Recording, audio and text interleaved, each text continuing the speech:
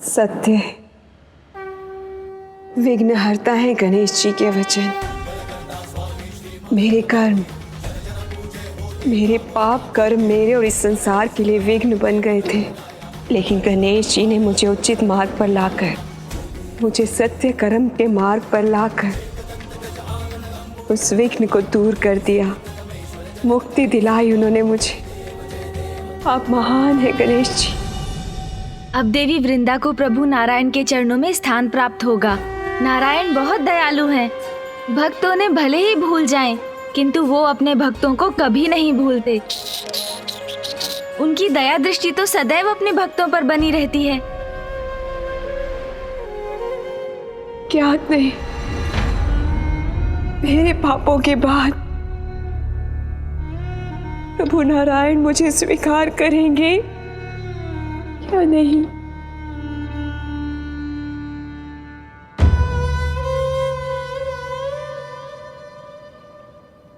शान्ताकारं भुजगशयनं पद्मनाभं सुरेशं विश्वाधारं गगनसदृशं मेघवर्णशुभांगं लक्ष्मीकान्तं कमलनयनं योगिभिर्धान्यगम्यं वन्दे विष्णुं भवभयहरं सर्वलोकैकनाथम्।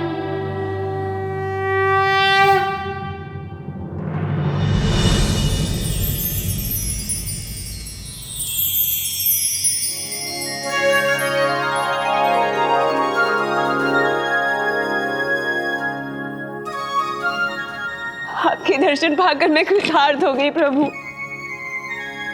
अपने पापों के कारण मैं आपसे चाहे कितनी भी क्षमा याचना करूं कम है प्रभु, फिर भी मुझे क्षमा कर दीजिए प्रभु। पुत्री वृंदा, संसार के हित के लिए तुमने स्वयं को दंड दे दिया। अब तुम मुक्ति की अधिकारी हो। धन्यवाद प्रभु।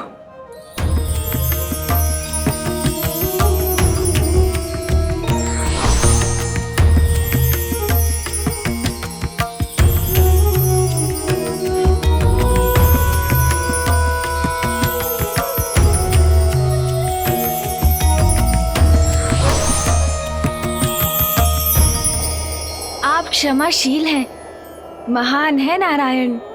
आपको शत शत नमन मामा जी। मूषक जी चलिए अब शीघ्रता कीजिए, हमें शीघ्र कैलाश पहुंचना चाहिए। जी प्रभु।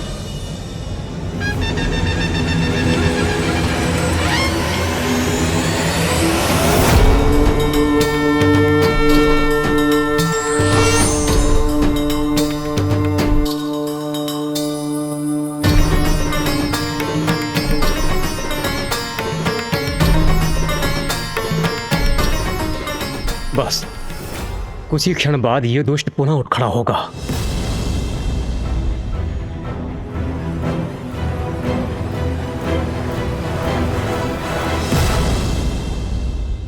आप सभी इतने चिंतित क्यों हैं?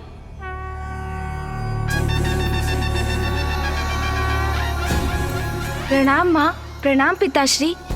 पुत्र गणेश, तुम कुशल तो हो ना? और वृंदा? मैं भी कुशल हूँ माँ, और वृंदा जी भी। मामा जी ने स्वयं उन्हें उचित मार्ग जो दिखाया है ना मामा जी? महादेव, जलंधर अब पुनः जीवित नहीं होगा, क्योंकि मैंने वृंदा को वरदान दिया था कि जब तक वो जीवित है उसका पति मृत्यु से सुरक्षित रहेगा। परंतु गणेश के कारण मैंने वृंदा को मोक्ष प्रदान कर दिया है। जलंधर अब मृत्यु के मुख में जा चुका है। पिताश्री, जलंधर ने घोर पाप किए। उसके अपराध बहुत बड़े थे, किंतु अब आपने उनका विनाश कर दिया। और आपके त्रिशूल से जिसका भी वध होता है उसका अहंकार तो स्वतः ही मिट जाता है पिताश्री। महादेव, जलंधर आपकी क्रोधाग्नि से उत्पन्न हुआ था, इसीलिए कदाचित आपका उसको मोक्ष प्रदान करना ही उचित होगा।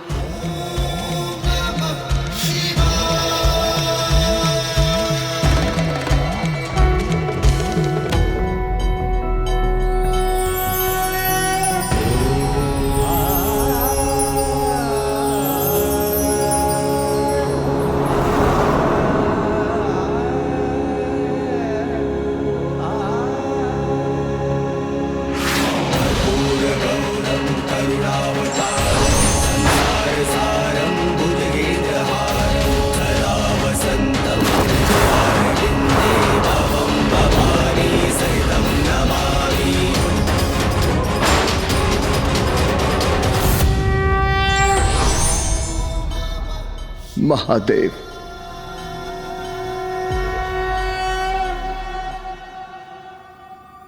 अहंकारवश मैं कितना बड़ा अपराध कर बैठा। मैं आपसे ही उत्पन्न हुआ और आपको ही नहीं पहचान सका, आपके दिव्य स्वरूप में न देख सका, आपको आपके नाम से संबोधित करता रहा। ये न समझ सका कि देवाधिदेव है आप, परम ब्रह्मा महादेव है आप, जगत पिता है आप। आपसे स्पर्धा करने की मूर्खता करता रहा, किंतु आप तो दया निधान है प्रभु। इतना होने के बाद भी आपने मुझे अपने दर्शन दिए, मैं कृतार्थ हुआ प्रभु। तुम मेरी क्रोधाग्नि से उत्पन्न हुए हो जलंधर, इसलिए उसके अंधकार का प्रभाव भी था तुम पर, जो बढ़ता ही गया। तुम तो स्वयं को भगवान घोषित कर चुके थे, मति भ्रष्ट हो चुकी थी तुम्हारी, इसलिए तुमने अपनी भूल स्वीकार नहीं की और तुम्हारा विनाश हुआ। किंतु मेरे त्रिशूल के वार से तुम्हारे भीतर के अंधकार अर्थात तुम्हारे अहंकार का भी नाश हुआ है। मुझे क्षमा कर दीजिए महादेव, मुझे क्षमा कर दीजिए।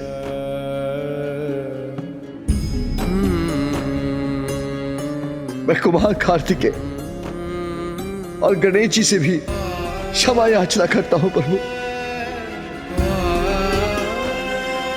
उन्होंने मुझे सत्य दिखाने की चेष्टा की, मुझे समझाने का प्रयास किया, किंतु अहंकारवश मैं कुछ न देख सका प्रभु। किंतु जिस पर अहंकार हावी हो सकता है, वो भला सत्य कहां देख सकता है। मैंने अहंकारवश इनके साथ भी बुरा व्यवहार किया, मुझे क्षमा कर दीजिए, मुझे क्षमा कर दीजिए प्रभु। महादेव, मुझ पर एक कृपा कीजिए, मैं आपकी क्रोधाग्नि से उत्पन्न हुआ हूं, तो पुनः मुझे अपने भीतर समाहित कर मुक्ति दीजिए प्रभु। जलंधर, जो तुम्हारे पापों का आधार था, तुम्हारे उस अहंकार को मैंने मिटा दिया। अब तुम्हारी आत्मा को अपने भीतर समाहित कर तुम्हें मोक्ष प्रदान करूंगा। महादेव की जय, महादेव की जय, महादेव की जय।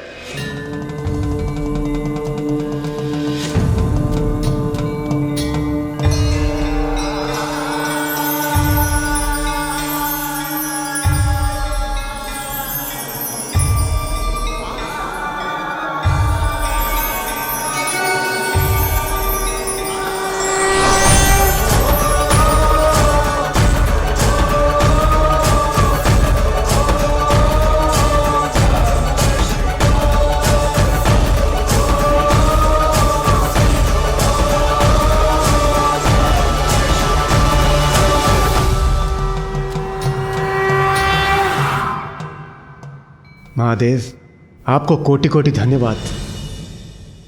आपने एक बार पुनः हम सभी को और इस सृष्टि को एक महान संकट से रक्षित किया। नहीं देवराज, इस संकट के टलने का, इस विजय का श्रेय तो मुझसे कहीं अधिक पुत्र गणेश को जाता है। पिताश्री, भैया और मामा जी की सहायता के बिना ये कहाँ संभव था।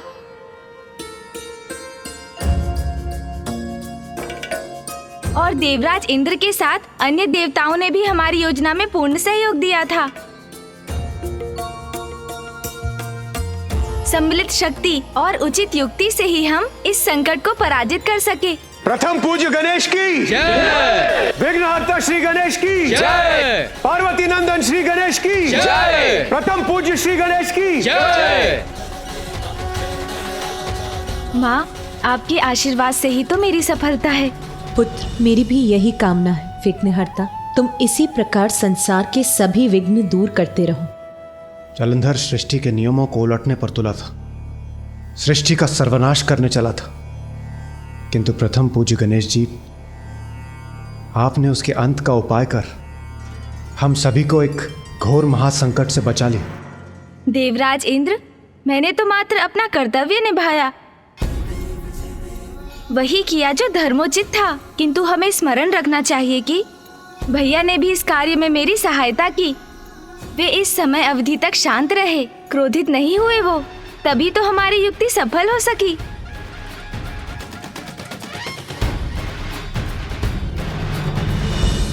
हाँ अनुज, उचित कह रहे हो, किंतु स्मरण रहे कदाचित मेरा क्रोध अब न जागृत हो जाए।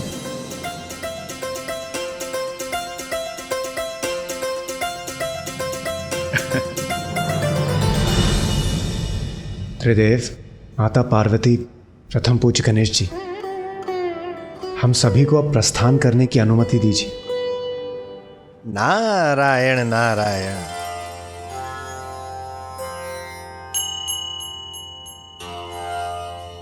प्रणाम ऋषिवर। प्रणाम देवर्षि। प्रणाम।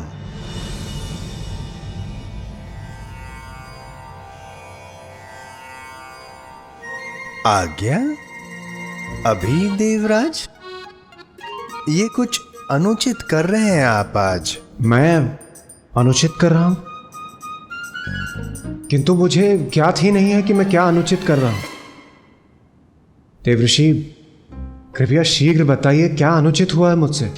देवराज इंद्र, जब संकट आप पर कोई छाता है तो प्रथम स्मरण आपको महादेव और प्रथम पूजनीय गणेश जी का ही आता है। तत्पश्चात आप भागे हुए यहाँ आते हैं और जैसे ही गणेश जी वो संकट मिटाते हैं उसी क्षण आप पुनः लौट के भाग जाते हैं।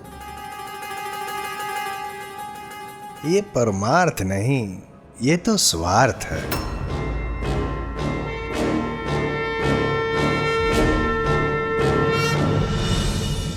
देवर्षि नारद, सभी देवता यहाँ उपस्थित थे, परंतु आप बताइए, इस संकट काल में आप कहां थे?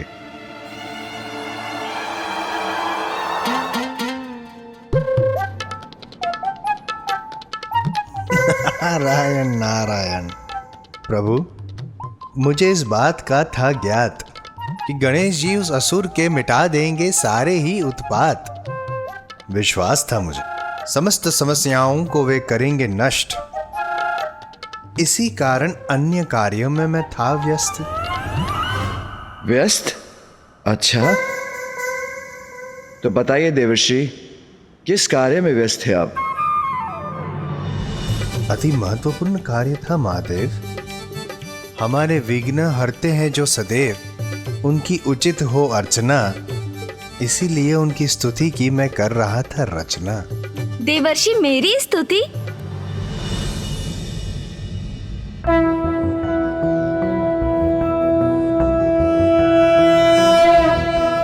प्रणम्यं शिरसा देव गौरीपुत्रं विनायकं भक्तावासं स्मर नित्यम् आयुः कामार्थसिद्धये। प्रथमं वक्रतुण्डं च एकदन्तं द्वितीयकं तृतीयं कृष्णं पिङ्गाक्षं गजवक्त्रं चतुर्थकं लंबोदरं पंचमं च षष्ठं विकटमेव च सप्तमं विघ्नराजेन्द्रं धूम्रवर्ण तथाष्टकं नवमं भालचन्द्रं च दशमं तु विनायकम् एकादशं गणपतिं द्वादशं तु गजाननं द्वादशैतानि नामानि त्रिसन्ध्ययः पठेन्नरः न चाविघ्नभयं तस्य सर्वासिद्धिकरं प्रभो।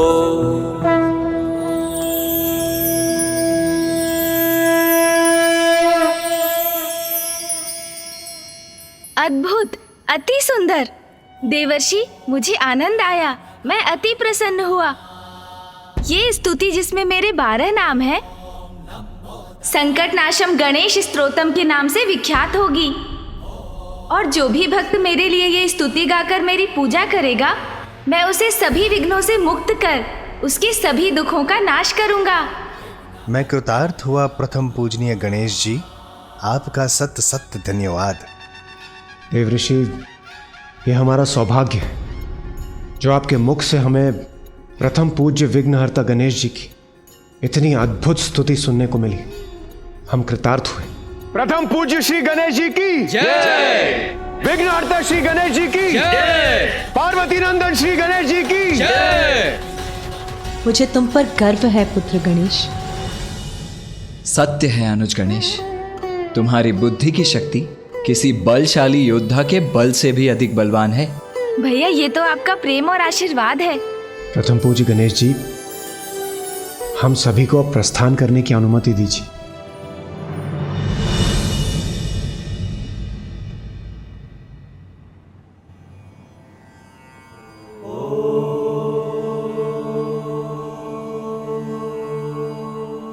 प्रणाम पिताश्री। आपने मुझे स्मरण किया पिताश्री। हाँ गणेश, जलंधर का तो वध हो गया, किंतु जो शेष है उसका भी अंत होना चाहिए।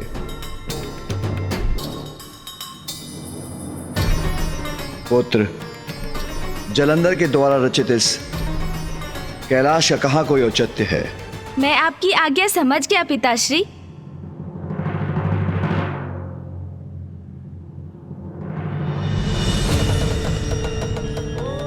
संसार में जो भी मिथ्या है उसका अंत होगा, तभी तो सत्य सभी के समक्ष उजागर होगा। कोई कितना भी बड़ा भ्रम उत्पन्न कर दे, किंतु सत्य तो सत्य है, और सत्य यही है कि समस्त ब्रह्मांड में महादेव एक ही हैं और एक ही है उनका कैलाश।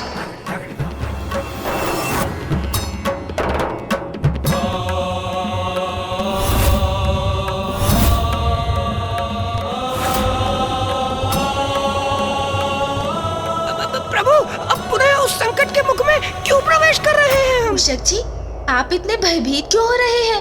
अरे प्रभु, कैसे भूल सकते हैं आप उस भयंकर स्थान को जहां मेरे ऊपर आक्रमण हुआ था?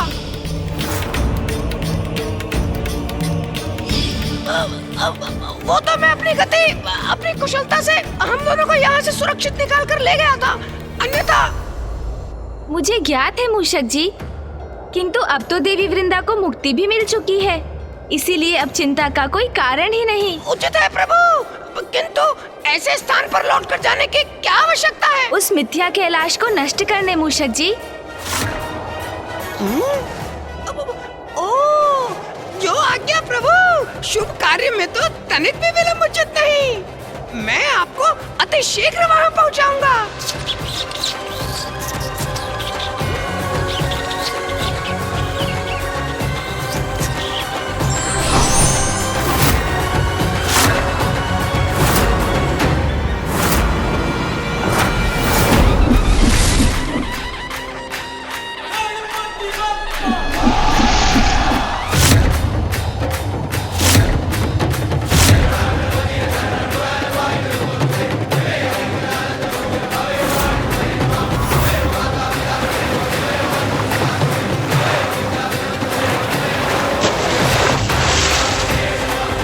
असत्य का कोई अस्तित्व नहीं होता। मिथ्या कैलाश का जहाँ से उदय हुआ था, अंत में वो वहीं समा गया। ये कार्य तो संपन्न हुआ मूषक जी। चलिए अब कैलाश लौट चलते हैं। जी प्रभु।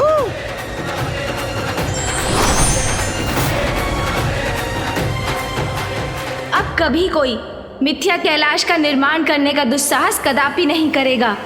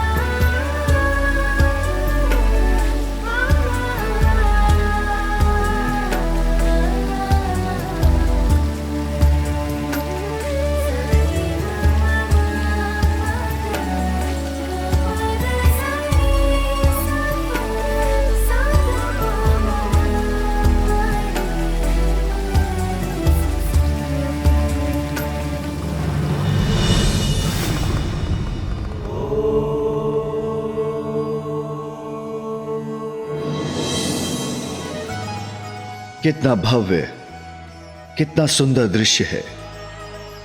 प्रतीत होता है स्वयं प्रकृति उमा ने अपना श्रृंगार आरंभ किया है, जिसके कारण संपूर्ण ब्रह्मांड ने भी अपना नव श्रृंगार प्रारंभ किया है। मूषक जी, वो देखिए, ये मेघ कितनी सुंदर, कितनी मनोहर आकृतियां ले रहे हैं।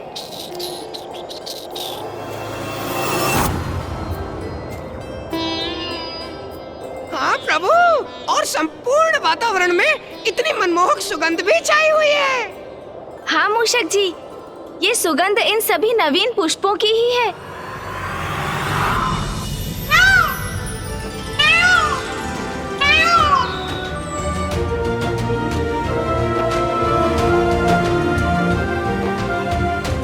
अद्भुत, इतना सुंदर जलप्रपात।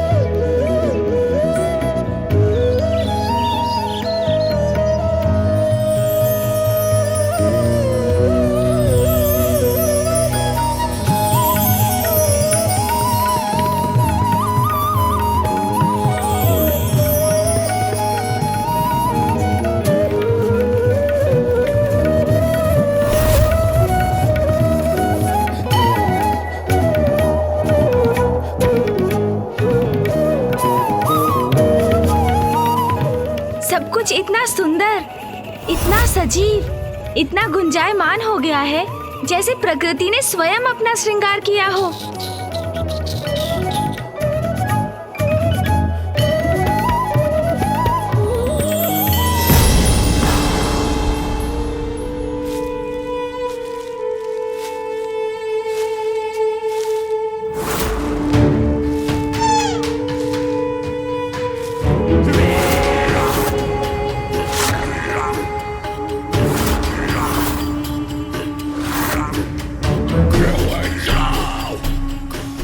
ये मृग बड़ा स्वादिष्ट होगा। बहुत आनंद आएगा इसका आहार करने में।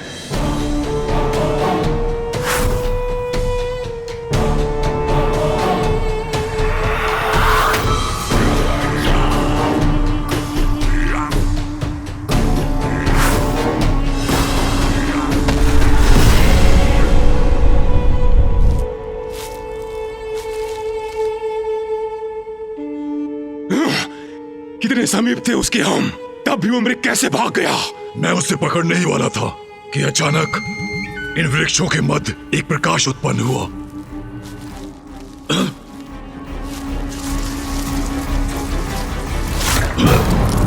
पुनः वही प्रकाश।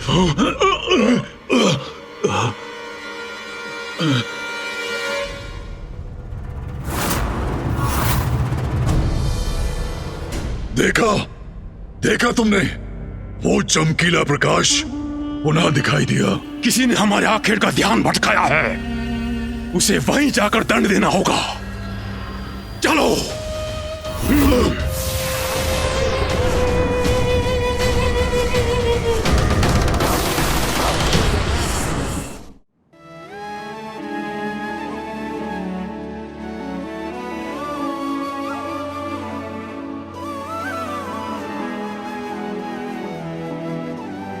अब मैं स्वयं स्वामी के लिए ये फल लेकर जाती हूँ।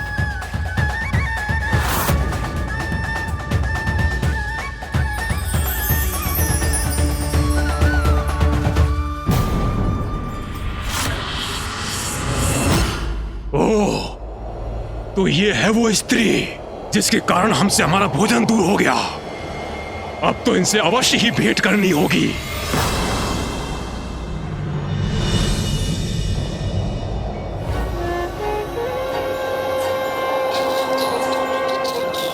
मूषक जी, संपूर्ण वातावरण कितना निर्मल, पावन, सौंदर्य से परिपूर्ण है ना आज। हाँ प्रभु, आज की यात्रा तो बड़ी आनंदमयी है। मूषक जी, गति थोड़ी धीमी कीजिए। मुझे कैलाश के इस मनोहर दृश्य का आनंद लेने दीजिए। वाह प्रभु, आप मुझे सदा गति बढ़ाने को कहते हैं। आज प्रथम बार है जब आपने मुझे धीमी गति से चलने को कहा है। आपके आनंद के लिए प्रभु, ये तो मैं बड़ी प्रसन्नता से करूंगा।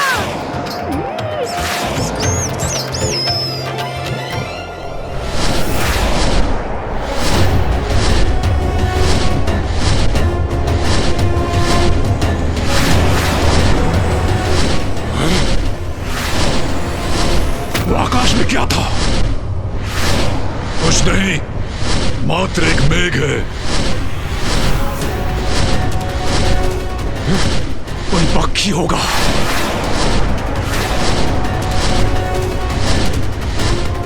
मूषक जी, रुकिए। क्या हुआ प्रभु? आप मुझे रोक क्यों रहे हैं? कुछ विचित्र सा आभास क्यों हो रहा है मुझे?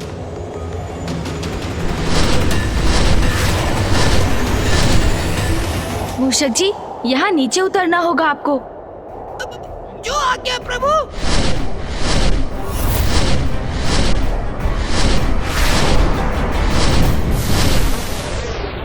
पुनः मुझे आभास हुआ। प्रभु, हम कहाँ जा रहे हैं?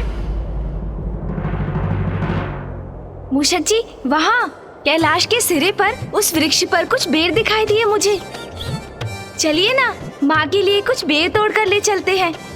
उचित है प्रभु।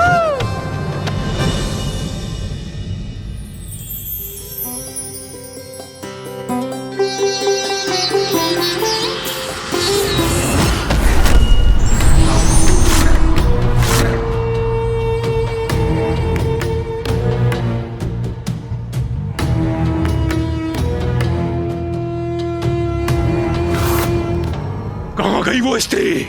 मुझे तो यहाँ कोई दिखाई नहीं दे रहा। कौन स्त्री?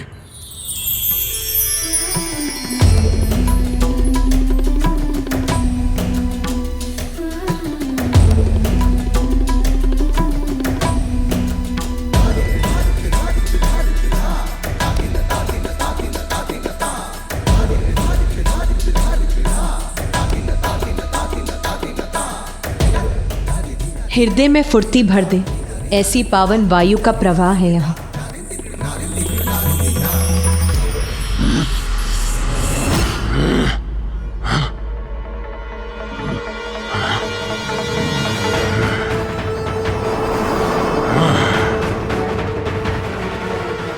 अद्भुत।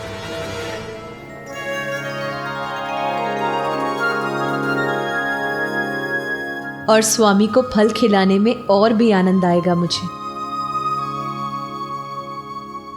अभूतपूर्व सौंदर्य है इस स्त्री का। असाधारण असाधारण रूप है इस देवी का।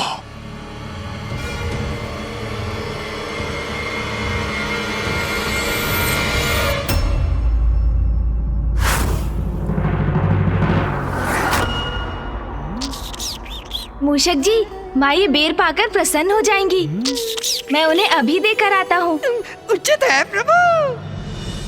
अद्भुत है इसका सौंदर्य। नेत्र नहीं हट रहे हैं इस देवी से।